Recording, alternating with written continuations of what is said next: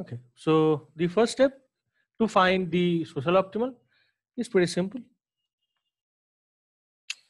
We find the vertical sum.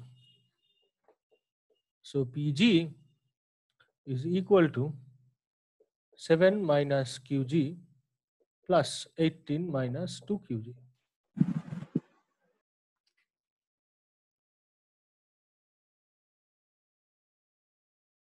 Okay, so this is our vertical sum, PG equal to 7 minus QG plus 18 minus 2QG, and that leads to 25 minus 3QG. But there is a slight problem in this. What is the problem? The problem is more visible in a diagram.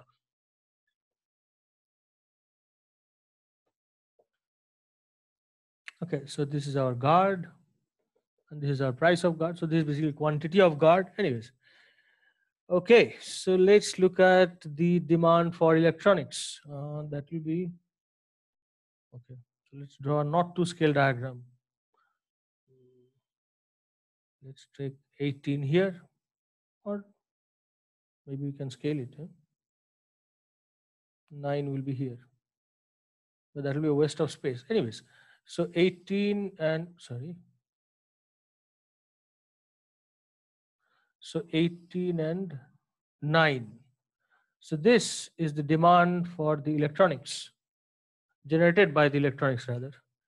And for ice cream, it is 7 and 7. So here,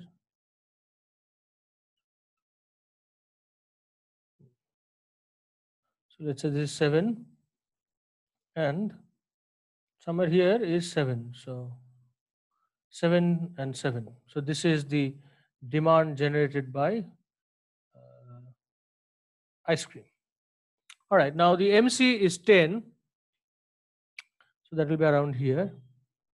So this is our MC. Okay, now what about the vertical sum?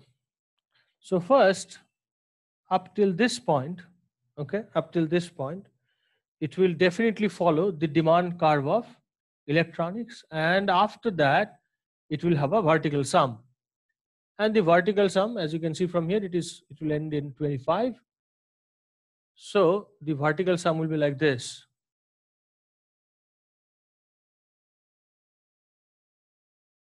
Okay, let's make it a bit good looking.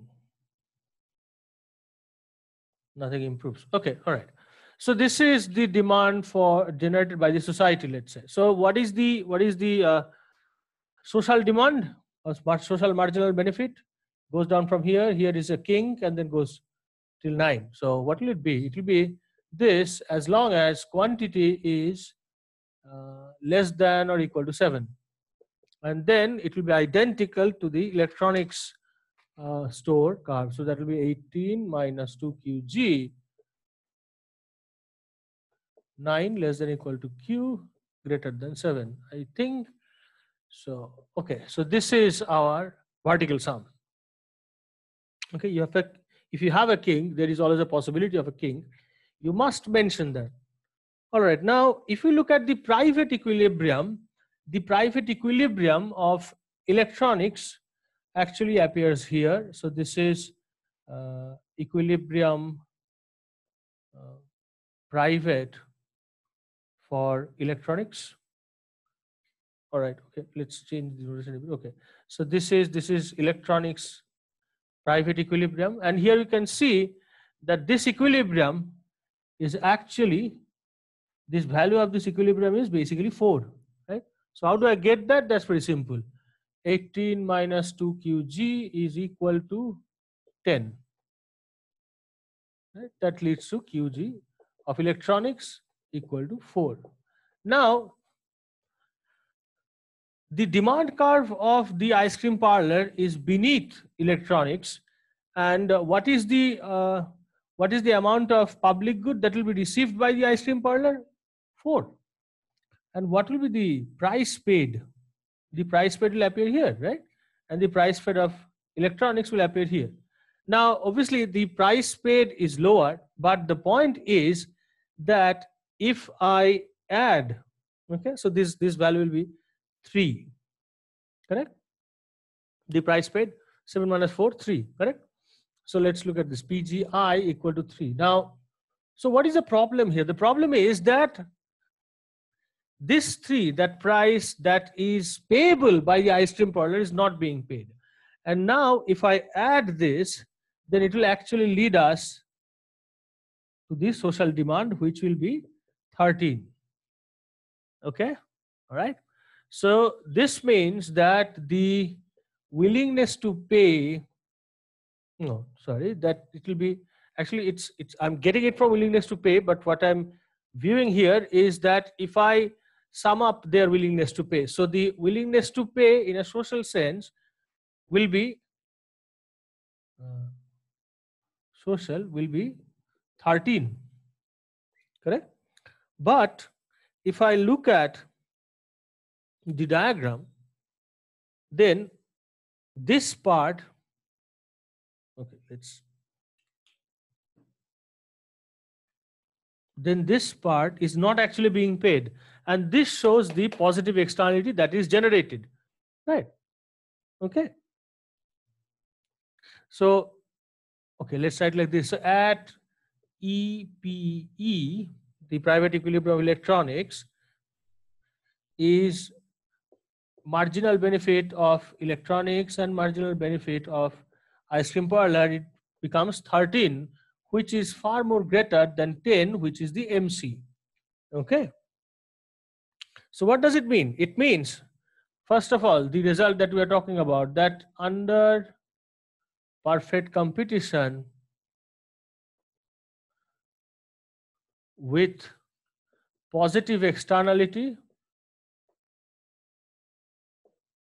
market under supply. So that much is definitely there. The benefit is far more than MC, right? But in equilibrium, this two must equal. And where it is at EPS that we find that sum of this marginal benefit is actually M2 equal to MC, and this is this point. Right? This is the point. So here we name it as, sorry, this is simply ES. Okay, there is no point of writing P here. So this is simply ES. So social optimal appears here, and here if I equate, then here if I equate, then it turns out to be 5, right? So QG equal to 10, and that gives me QG equal to 5. Remember, when you have a kink, do not forget to incorporate this. Otherwise, you may have a problem where you will not get any sensible value if you equate the first part, but you may get a sensible value if you equate the second part. Okay, now here, since if you get the equating first part and MC a meaningful answer, missing this kink doesn't really create a problem. But obviously, if it does not satisfy, then you'll get a wrong answer. But anyways, if you write it and if you miss this part, then your writing is definitely wrong.